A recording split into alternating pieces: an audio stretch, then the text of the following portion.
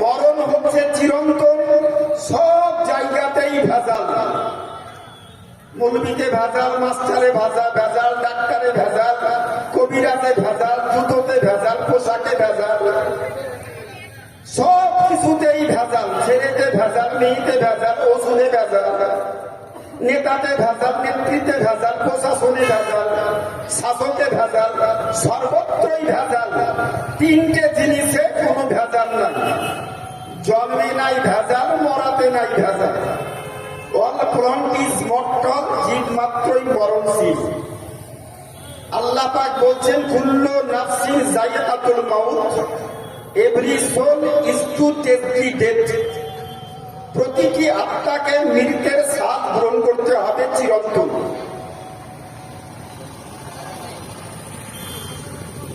প্রতিটি আত্মাকে মৃত্যুর স্বাদ গ্রহণ করতে হবে চিরন্তন। বিজ্ঞানী বলুন, দার্শনিক বলুন, ভৌগোলিকবিদ বলুন, সকলেই একমত পোষণ করেছে অল প্লান্ট ইজ মর্টাল, জীব মাত্রই মরণশীল। যার মধ্যে আত্মা আছে, যার মধ্যে জীবন আছে, তাকে মরতে হবে। এটা হচ্ছে চিরন্তন। ইসলাম ধর্ম এই পৃথিবীর মাটিতে, বিশ্বনবী পাক পৃথিবীতে এই ধর্ম প্রচারের প্রায় 3000 বছর পূর্বে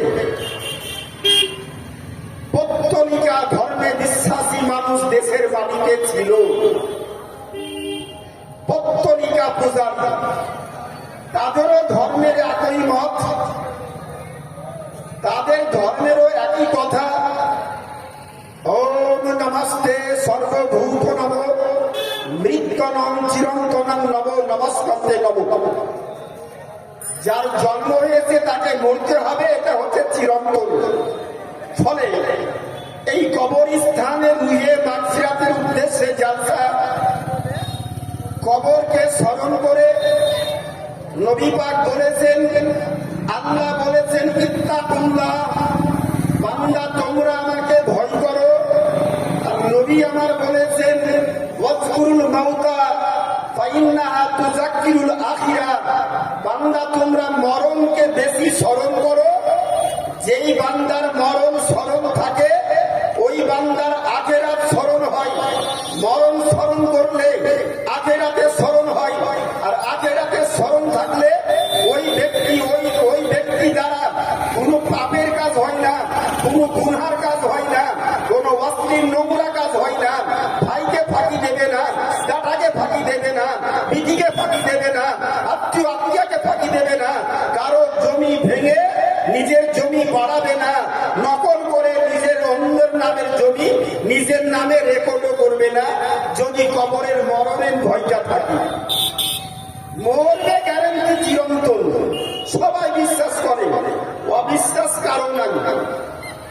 ছোট বড়, শিক্ষিত অশিক্ষিত, সবার একই কথা, মরতে হবে, মরণটা গ্যারান্টি।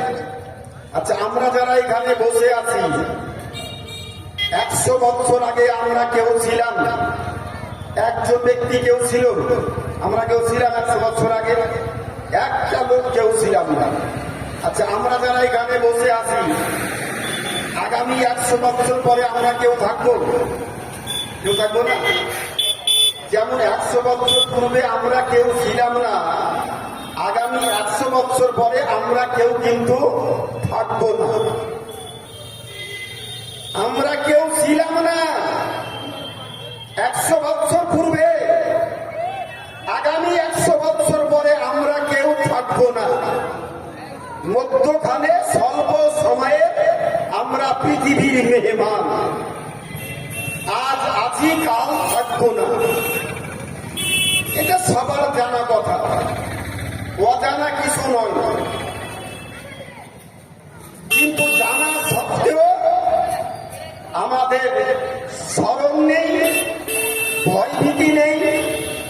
আমরা যে ধর্মে বিশ্বাসী, সেই ধর্মের যে নীতি নৈতিকতা, আদর্শ, চরিত্র, আখলাক, ব্যবহার, যা যা হওয়া প্রয়োজন, তা থেকে আমরা বহু দূরে। সর্বোপরি প্রশংসা মাত্র আল্লাহর, যিনি এক অদ্বিতীয়, ওয়াহদাহু লা শারীকা লাহ, অনাথের নাথ, দয়ার ভান্ডার, বিশ্ব স্রষ্টা আল্লাহু রাব্বুল আলামিনের জন্য যাবতীয় প্রশংসা গুণগীত। আল্লাহ হচ্ছেন স্রষ্টা, আমরা হচ্ছি সৃষ্টি। স্রষ্টা হচ্ছেন এক, সৃষ্টি হচ্ছে 18,000 মাখলুকাত। 18,000 মাখলুকাতের মধ্য হতে উত্তম সৃষ্টি মানব জাতি। প্রত্যেক সৃষ্টি জগৎ আল্লাহর প্রশংসা করে, সবার প্রশংসা নির্বিঘ্নে আল্লাহ কবুল করে। বাকি থাকলো আশরাফুল মাখলুকাত, উত্তম সৃষ্টি মানব জাতি। সব মানুষ আল্লাহর প্রশংসা করে, কিন্তু সবার প্রশংসা আল্লাহ কবুল করেন না। আল্লাহ কার প্রশংসা কবুল করেন? যারা আল্লাহর কাছে যায়, আল্লাহর কাছে প্রার্থনা করে, আল্লাহর নিকটে আবেদন করে। যারা আল্লাহর কাছে যায় তাদের আল্লাহ চাওয়া পাওয়া কবুল করেন।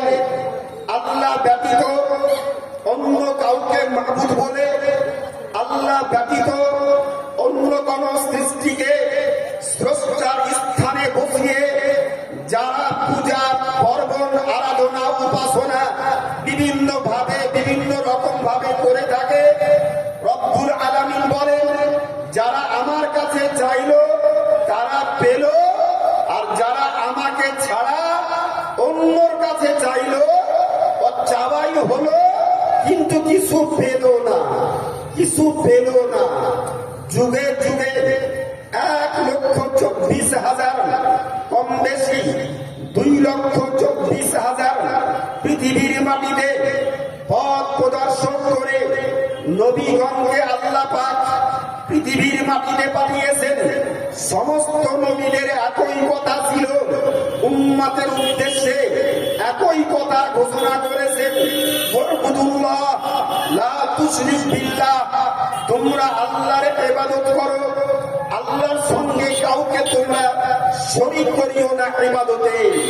প্রত্যেকের একই কথা, কিন্তু আমার নবী আপনার নবী বিশ্ব নবী যখন পৃথিবীতে আসলেন, যেই নবীর ওপরে পবিত্র কোরআন শরীফ অবতীর্ণ হলো, পৃথিবীর মাটিতে আসমানি গ্রন্থ 104 খানা অবতীর্ণ হয়েছে। 100 খানা সহিফা, 4 খানা কিতাব, তাওরাত, জবুর, ইনজিল, এই 3 খানা হচ্ছে কিতাব। 100 খানা সহিফা, টোটাল 103 খানা কিতাব। সহিফার মধ্যে যত আল্লাহর বাণী আছে, টোটাল বাণীকে একত্রিত করে আল্লাহ পাক 30 পারা কোরআন, যার ভিতরে 103 খানা সহিফা পুস্তক কিতাব সকলের বর্ণনা কোরআন পাকের ভিতরে রেখে রব্বুল আলামিন নবী পাকের উপরে অবতীর্ণ করলেন শ্রেষ্ঠ পয়গম্বর, শ্রেষ্ঠ নবীর উপরে এ পবিত্র কোরআন অবতীর্ণ করলেন। অবতীর্ণ করার পর রব্বুল আলামিন বলেন, বলে হে পয়গম্বর, হে হাবিব, যুগে যুগে 1,24,000 নবীগণকে আমি আল্লাহ প্রেরণ করেছি। সমস্ত নবীগণ আপন আপন উম্মতকে বলেছে, তোমরা আল্লাহর ইবাদত করো, আল্লাহর ইবাদত করো, আল্লাহর ইবাদত করো। সবাই ইবাদত করতে বলেছে। নবীগণের কথা কতিপয় মানুষ মেনেছে, বেশিরভাগ মানুষ মানেনি। যারা মানেনি তাদের উপরে আল্লাহর তরফ থেকে অভিশাপ গজব নাজিল হয়েছে। আল্লাহ, তুমি আমাকে শেষ পয়গম্বর, শ্রেষ্ঠ রাসূল করে পৃথিবীর মাটিতে, শেষ নবী করে পৃথিবীর মাটিতে প্রেরণ করেছো। আমি কেমন করে চাইবো, কেমন করে আবেদন করলে, কেমন করে তোমার প্রশংসা করলে, কেমন করে তোমার প্রার্থনা করলে, কেমন করে তোমার গুণগান করলে আল্লাহ তুমি কবুল করবে? চাওয়া পাওয়ার ব্যবস্থা তুমি আমার জন্য তৈরি করে দাও। যখন রব্বুল আলামিনের নিকট আবেদন করলেন, আল্লাহ পাক উম্মতের শিক্ষার জন্য, আমাদের শিক্ষার জন্য নবী পাকের উপরে সূরা ফাতিহা, কোরআন শরীফের প্রথম সূরা, সূরা ফাতিহা, এই সূরাটা অবতীর্ণ করলেন। যেই সূরা বাণী হচ্ছে আল্লাহর, কিন্তু আবেদন নিবেদন হচ্ছে বান্দার। বান্দা কেমন করে চাইলে, কেমন করে চাইলে আমি আল্লাহ কবুল করব? আল্লাহ বলছে, বান্দা তুমি আমাকে বলবে আলহামদুলিল্লাহ রাব্বিল আলামিন, তুমি আমাকে বলবে আর রহমানির রহিম, তুমি আমাকে বলবে মালিক ইয়াউমিদ্দিন, তুমি আমাকে বলবে ইয়াকা না'বুদু ওয়া ইয়াকা নাস্তাঈন, তুমি আমাকে বলবে ইহদিনাস সিরাতাল মুস্তাকিম সিরাতাল লাযিনা আন'আমতা আলাইহিম, তুমি আমাকে বলবে গায়রিল মাগদুবি আলাইহিম ওয়ালাদ দাল্লিন। তুমি এইভাবে যদি আমার নিকটে আবেদন নিবেদন করো, আমি তোমাদের প্রত্যেকের দোয়া আবেদনকে কবুল করব। জোরে মহব্বতে বলি সুবহানাল্লাহ। ওই মহান স্রষ্টার শত সহস্র শুকরিয়া জ্ঞাপন করো তো প্রত্যেকে মহব্বতে বলি আলহামদুলিল্লাহ। আর একবার বলি আলহামদুলিল্লাহ। অতঃপর বিশ্বের শান্তির দূত, সাম্যবাদ ধর্মের প্রতিষ্ঠাতা, গণতান্ত্রিক ধর্মের প্রবর্তক, বিশ্বগুরু, জগৎগুরু, যে নবী জন্মসূত্রে পৃথিবীর শিক্ষক ও নবিয়ে দুজাহা সরওয়ারে কায়নাত নবী মুহাম্মদুর রাসূলুল্লাহ সাল্লাল্লাহু তাআলা আলাইহি ওয়াসাল্লামের উপরে দমকুল পত্র এলাকাবাসীর তরফ হতে, মাহফিলে জালসার তরফ হতে শত কোটি দরুদ ও সালাম বর্ষিত হোক। সকলেই মহব্বতে বলি আল্লাহুম্মা আমিন। বর্তমান সময়ে প্রশ্নকারীর সংখ্যা বেশি, উত্তরদাতার সংখ্যা কম। ধর্ম সম্পর্কে প্রশ্নকারীর সংখ্যা বেশি আর উত্তরদাতার সংখ্যা হচ্ছে কম। আগের মানুষ প্রশ্ন করত কম, আমল করত বেশি। বর্তমান সময়ে মানুষ সবকিছুতেই প্রশ্ন করে বেশি, আমল করে কম। কথা ঠিক বলছি না? প্রশ্ন করে বেশি, আমল করে কম। আমি তো গোটা পশ্চিমবঙ্গের 23টি জেলা বিভিন্ন প্রান্তে অধম খাকসার আমন্ত্রিত হয়ে দু চারটি কথা বলে থাকি। প্রশ্নের ছড়াছড়ি, প্রশ্নের শেষ নাই। বর্তমান সময় সব থেকে সমাজ, ধর্ম, সমাজ, ধর্মনীতি, সমাজনীতি, রাজনীতি, যত রকমের আমাদের এই ব্যবস্থাপনা সমাজ পরিচালনার ক্ষেত্রে সব কিছুকে উপেক্ষা করে আমাদের সমাজে বড় শক্তপুক্ত ভাইরাস এসে উপস্থিত হয়েছে, এই মোবাইল ভাইরাস। এতেই সমাজনীতি বলেন, রাজনীতি বলেন আর ধর্মনীতি বলেন, সব একেবারে উঠতে উঠতে একবারে আকাশে উঠে গিয়েছে। আমাকে এক জায়গায় বলছে, হুজুর আজকে আপনি পর্দা সম্পর্কে বক্তব্য রাখবেন। আমি বললাম, বাবারে, আমাদের দেশ মুর্শিদাবাদ জেলায় বসবাস করি, আমাদের পাশে দিয়ে পদ্মা বয়ে গিয়েছে, পদ্মা ভাঙনে ভেঙে ভেঙে বহু দূরে চলে গিয়েছে, পদ্মাও দূরে চলে গিয়েছে, আমাদের সমাজ থেকে পর্দাটাও অনেক দূরে চলে গিয়েছে। ওই বিষয়ে বক্তব্য রাখা কথা বলো। প্রশ্নকারীর সংখ্যা বেশি। গতকাল আমি ছিলাম মালদা জেলার পঞ্চানন্দপুর মাদ্রাসার বাৎসরিক জালসার প্রধান বক্তা হিসাবে ছিলাম। আমাকে বলছে, হুজুর স্টেজে উঠে বসেছি, আমার নাম ঘোষণা হবে, একটা চিঠি চলে আসলো, একটু অল্প টাকার খরচ, ওদের প্রচুর টাকা খরচ করে বিরাট সুন্দর ব্যবস্থাপনা করে ফুলের গাছ দিয়ে একবার স্টেজকে চমকপ্রদ সাজিয়েছে। আমাকে বলছে, হুজুর এই যে এত সুন্দর বেলুন, গাঁদা ফুল, অমুক ফুল, তমক ফুল, গীতাঞ্জলি কাপড়, বিভিন্ন ধরনের এই 60, 70, 80 হাজার টাকা খরচ করে এই প্যান্ডেল করে জালসা করাটা জায়েজ না না জায়েজ? দয়া করে এই ফতোয়াটা দিবেন, বক্তব্য শুরু করবেন। আমি আগে বলেছি প্রশ্নকারীর সংখ্যা খুব বেশি, সব জায়গাতে শুধু প্রশ্ন। সারা জীবন ধরে আমরা যেই কাজটা করলাম এতদিন কেউ ভাবিনি, অথচ আজকের দিনে ওই কাজটা করতে গেলে বহু ধরনের প্রশ্নের সম্মুখীন হতে হচ্ছে না?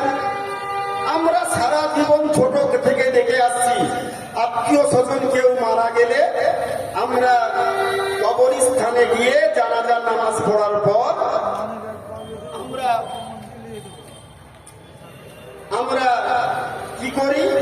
আমরা সুন্দর ব্যবস্থাপনা করে ইসলাম সাম্যের ধর্ম, শান্তির ধর্ম, মৃত ব্যক্তির মান সম্মান ইজ্জতকে আগ্রহ ঢেকে পর্দা অবস্থায় ছেলেদের ক্ষেত্রে 3টে কাপড়, মেয়েদের ক্ষেত্রে 5টা কাপড় দিয়ে আমরা কবরে নামিয়ে সুন্দর করে ওপরে বাঁশ দিয়ে, তিরপল দিয়ে, আমরা খেজুর পাতার চাটাই দিয়ে, সুন্দর করে কলা পাতা দিয়ে, তারপরে আমরা সবাই মাটি দিয়ে থাকি।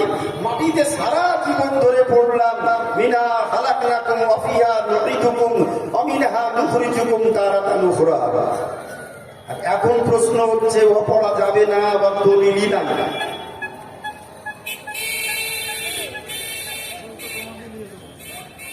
আচ্ছা, একটা মানি ব্যাগ পাওয়া গিয়েছে, যার মানি ব্যাগ হারিয়েছে উপযুক্ত প্রমাণ দিয়ে আমাদের মঞ্চে যোগাযোগ করবেন। যদি আপনার প্রমাণের সঙ্গে মানি ব্যাগের মিল থাকে অবশ্যই আপনি পেয়ে যাবেন। আর আসবেন না। সর্বোপরি শুধুই প্রশ্ন, আমাকে বলছে এই যে এত টাকা খরচ করে প্যান্ডেল করে সেটাকে জায়েজ। জায়েজ মানে আপনি কি বুঝেন ওটা আমাকে আগে বুঝান। জায়েজ মানে নেকির কাজ না জায়েজ মানে বৈধ, কোনটা বুঝেন? বলে জায়েজ মানে আমি তো ভালোই বুঝি। আচ্ছা, আমার বাড়ি যদি হয় আপনার ভাতশালা, ওখান থেকে আমি আসবো ডোমপুর পুরাতন বিডিও অফিস মোড়, ভাতশালা থেকে পায়ে হেঁটে পুরাতন বিডিও অফিস মোড়ে আসাটা হচ্ছে জায়েজ। টোটোতে চেপে আসা হচ্ছে জায়েজ, মোটর সাইকেলে চেপে আসা হচ্ছে জায়েজ, ট্যাক্সিতে চেপে আসা হচ্ছে জায়েজ, বাসে চেপে আসা হচ্ছে জায়েজ। জায়েজ মানে নেকি হলো। বুঝাতে পারলাম? আমি যাব বহরমপুর, তো বহরমপুর আমি যাব, আমি যাদের ইচ্ছা যেতে পারি না, কি বলেন? বেকারে হোক, বাসে হোক, মোটর সাইকেলে হোক বা পায়ে হেঁটে হোক, যাওয়াটা হচ্ছে জায়েজ। জায়েজ মানে তো এই নয় যে নেকির কাজ বৈধ। বৈধ এটা কি বলতে হবে? আমি বললাম শুনুন, আজ থেকে 1400 বছর পূর্বে নবী আমার পবিত্র জবানে মক্কা থেকে মদিনায় হিজরত করার পর 2 বছর পূর্তি হিজরত করা, আসরের নামাজ পড়ার পর সাহাবাই কিরামদের উদ্দেশ্যে মসজিদে নববীতে দাঁড়িয়ে নবী আমার বললেন, জাইয়িনু মাজালিসাকুম, তোমরা তোমাদের মজলিসকে সাজাও, তোমরা তোমাদের মজলিসকে সাজাও। এই দলিলটা আছে, হ্যাঁ এই দলিলটা আছে। 1500 বছর পূর্বে নবী আমার বললেন, তোমরা তোমাদের মজলিসকে সাজাও। সাজানোর দলিল যেহেতু সহিহ হাদিস থেকে পাওয়া গেল, আমি যেমন করে পারি সাজাবো, সাজানো হচ্ছে জায়েজ। কথা বুঝাতে পারলাম আপনাকে? যেমন বলে নবীর জামানায় তো মাইক ছিল না, বক্স ছিল না, এত এই বেলুন এই সমস্ত গীতাঞ্জলি কাপড়ার জন্য এত স্টেজ, এত চারটে বের তো ছিল না। আমি বললাম দেখুন, 40 বছর আগে আমাদের দেশে ছেলে মেয়ের বিয়ে হয়েছে, খানা পানি হয়েছে, বাড়ির পিছনে আম বাগানের নিচে, বাঁশ বাগানের নিচে ত্রিপল বিছিয়ে, ধানের খড় বিছিয়ে বসিয়ে দিয়েছে, লোকজন সারিবদ্ধ করে গোল করে লোকজন বসেছে, আর গ্রামেরই লোক রান্না করে সব লোককে খাবার খাইয়েছে, তৃপ্তি সহকারে সবাই কিন্তু খানা খেয়েছে। খেয়েছে তো না? তা খেয়েছে। আচ্ছা, আজকের দিনে আমার মেয়ের বিয়ে, আর আমি যদি এই রমনার মাঠে, আপনার এই রমনার মাঠে গিয়ে ফাঁকা জমিতে গিয়ে যদি ওই ধানের খড় মিশিয়ে দিই, আর কিংবা আম বাগানে গিয়ে ধানের খড় মিশিয়ে দিই, আর ত্রিপল মিশিয়ে দিই, ওর উপরে লোককে বলি যে আপনারা খাবার খান চলে যান, খাবার খান চলে যান, আমার মেয়ের বিয়ের খানা খাবে তো? বলছে খাবে না। কেন খাবে না? আগে যে খেয়েছে 40 বছর আগে, আজ খাবে না কেন? বলে যুগের পরিবর্তন ঘটেছে। তখনকার সময়ে মানুষের পেটে ছিল চরম ক্ষুধা, খাবারের অভাব ছিল, পেটেও চরম ক্ষুধা ছিল, তাই মানুষজন কিছু ভাবেনি, শুধু খেতে পেলেই হলো, জায়গা কেউ দেখেনি। আর আজকের দিনে আল্লাহর রহমতে কারো বাড়িতে পেটের ক্ষুধা নাই, আর আল্লাহর রহমতে টাকা পয়সার সবারই অভাব আছে, কিন্তু খাবারের অভাব কারো নেই বাড়িতে। না ভুল বলছি? বা খাবারের কারো অভাবটা নেই, ফলে খাচ্ছি আমরা খুব কম, পেটেও ক্ষুধা নাই, খাবারেরও অভাব নাই। খাবো তো এক মুষ্টি ভাত, একটু সাজোগুজো করে অনুষ্ঠান যেই ধরনের হোক না কেন, লোক সংখ্যা যেমনই হোক না কেন, আগে ক্যানারার বলতে হবে, আগে ডেকোরেশন করতে হবে, প্যান্ডেলটা করতে হবে, চেয়ার টেবিলটা করতে হবে, তবেই আমার বাড়িতে এসে খানা লোকে খাবে, তাই না? এটা তো নবীর জামানায় ছিল না, 40 বছর আগে ছিল না। মানুষজন খেয়েছে কেন? ওটা যখন যাই, এটাও যাই। যুগের পরিবর্তনে তখনকার সময়ে যা ব্যবস্থাপনা ছিল 1500 বছর পূর্বে, নবী পাক বললেন সাহাবায়ে কেরামদের উদ্দেশ্যে, যাক্কিনু মাজালিসাকুম বিসসালাহ, যাক্কিনু মাজালিসাকুম বিসসালাহ, তোমরা তোমাদের মজলিসকে সাজাও, তোমরা তোমাদের মজলিসকে সাজাও, আমার প্রতি বেশি বেশি করে দরুদ এবং সালাম পাঠ করে জোরে মহব্বতে বলি সুবহানাল্লাহ। আমি সংক্ষিপ্তকরণে 17 কোটি দরুদ ও সালাম বিশ্ব নবী হায়াতুন নবী জিন্দা নবীর উপরে এই গ্রামবাসীর তরফ থেকে বর্ষিত হোক। সকলেই মহব্বতে বলি আল্লাহুম্মা আমিন। দুটি পয়েন্ট, দু একটি কথা। আজকের দিনে বহুজন বহু কথা বলছে, কারণ নামকরণে, কারো নাম বলে বক্তব্য রাখা, এটা মোটেই উচিত না, চরম অন্যায়, চরম অন্যায়, চরম অন্যায়। আজকের দিনে কেউ কেউ বলছে তারাও নিজকে মুসলিম দাবি করছে, আমিও নিজকে মুসলিম দাবি করি, আমি ইমানের সঙ্গে মুসলমান দাবি করি।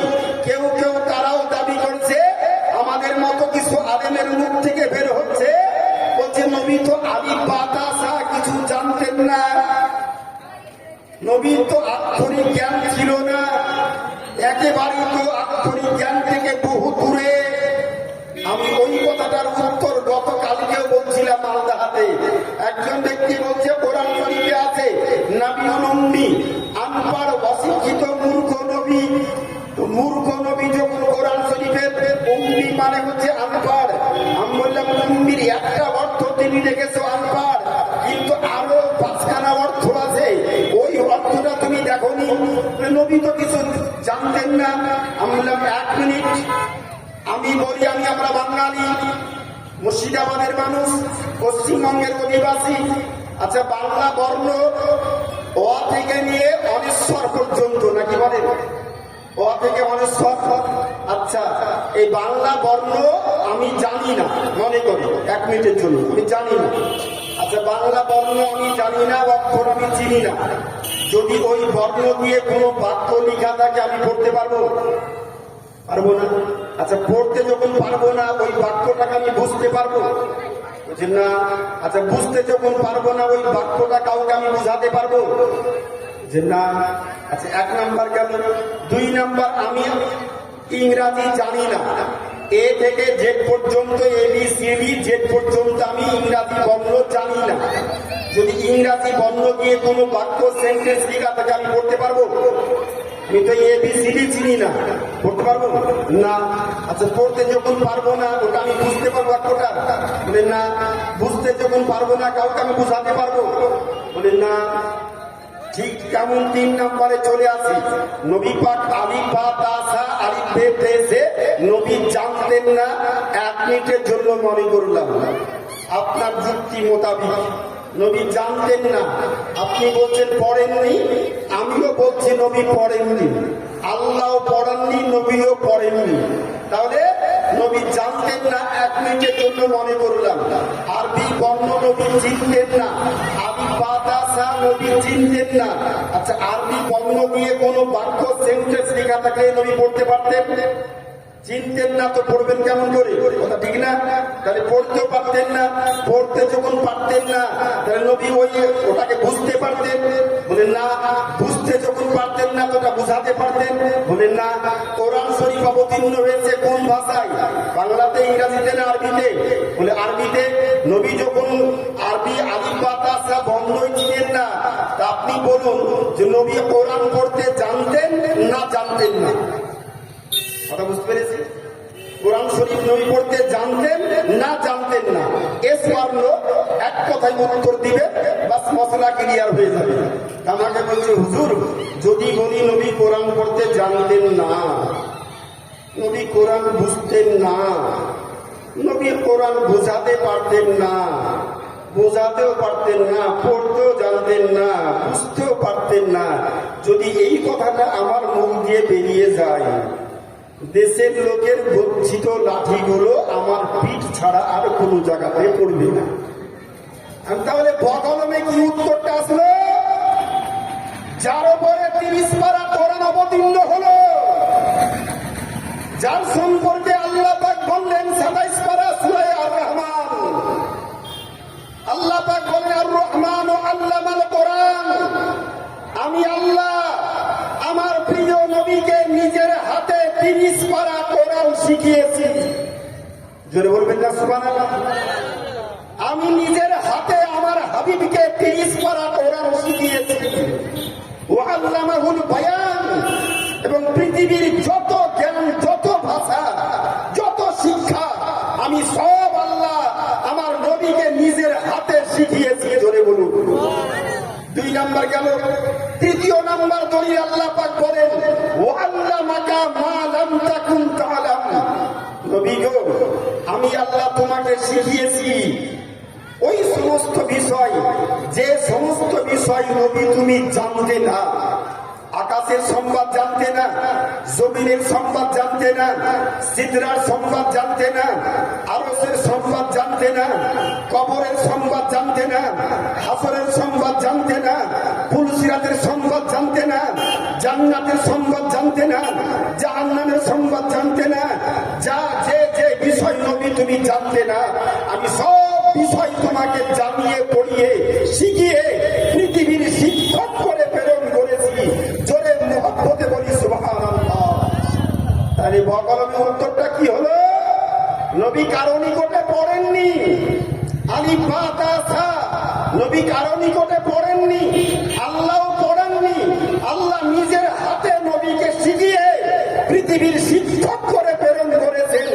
যে সৃষ্টি আল্লাহর কাছে শিখল ওই সৃষ্টিকে পৃথিবীতে আসার পর আর কারো নিকটে শিখার কোনো প্রয়োজনটা নেই, কারো প্রয়োজনটা নেই।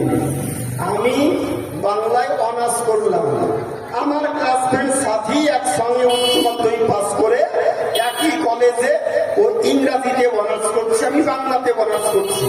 আচ্ছা আমি বাংলা সাহিত্য যেমন বুঝবো ইংরাজিতে তেমন বুঝবো? আর যে ছেলেটা ইংরাজিতে অনার্স করলো ও ইংরাজি যেমন বুঝবে বাংলা সাহিত্য তেমন বুঝবে? সম্ভব না। তাই একই সঙ্গে পড়াশোনা করে একই কলেজে পড়ে 2 জনের শিক্ষার পার্থক্য থেকে যাচ্ছে, বহু পার্থক্য থেকে যাচ্ছে। আল্লাহ পাক নবীকে পৃথিবীর শিক্ষক করে প্রেরণ করলেন, কারো নিকটে নবীকে পড়াননি।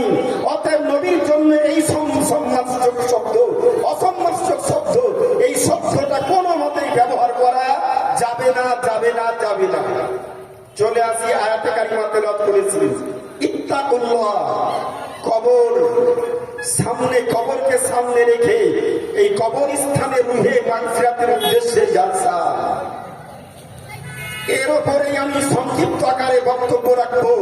আল্লাহ পাক বলেছেন, বান্দা ইত্তাকুল্লাহ, তোমরা আমাকে ভয় করো। ভয়, ভয়টা কেমন হতে হবে? ভয় বহু ধরনের ভয় হয়। চোর ডাকাতের ভয়, মাস্তানের ভয়, আপনার শত্রুর ভয়, হিংস্র পশুর ভয়, বহু ধরনের ভয় হয়ে থাকে। এটা কোন ভয়ের কথা আল্লাহ পাক বলেছেন? ইত্তাকুল্লাহর ব্যাখ্যা দিচ্ছেন ইমামে বুখারী রাহমাতুল্লাহ আলাইহির উস্তাদ হযরতে আব্দুর রহমান সাহাবী রাহমাতুল্লাহ আলাইহি, উনার লিখিত একটি হাদিসের বই 850-900 বছর পূর্বে বইটি লেখা হয়েছে। লেবানন থেকে বইটা আমি সংগ্রহ করে নিয়ে এসেছি। আল মাকাসিদুল হাসানা, ওই পুস্তকের মধ্যে এই ইত্তাকুল্লাহ, আল্লাহর ভয় সম্পর্কে একটা ঘটনা নিয়ে এসেছেন। আমি গল্প গুজব করে সময় নষ্ট করি না। কোরআন হাদিসের আলোকে যে জ্ঞানটা আমার মধ্যে স্বল্প কিছু আছে, সেটাই আমি পরিবেশন করার চেষ্টা করি সর্বত্রই।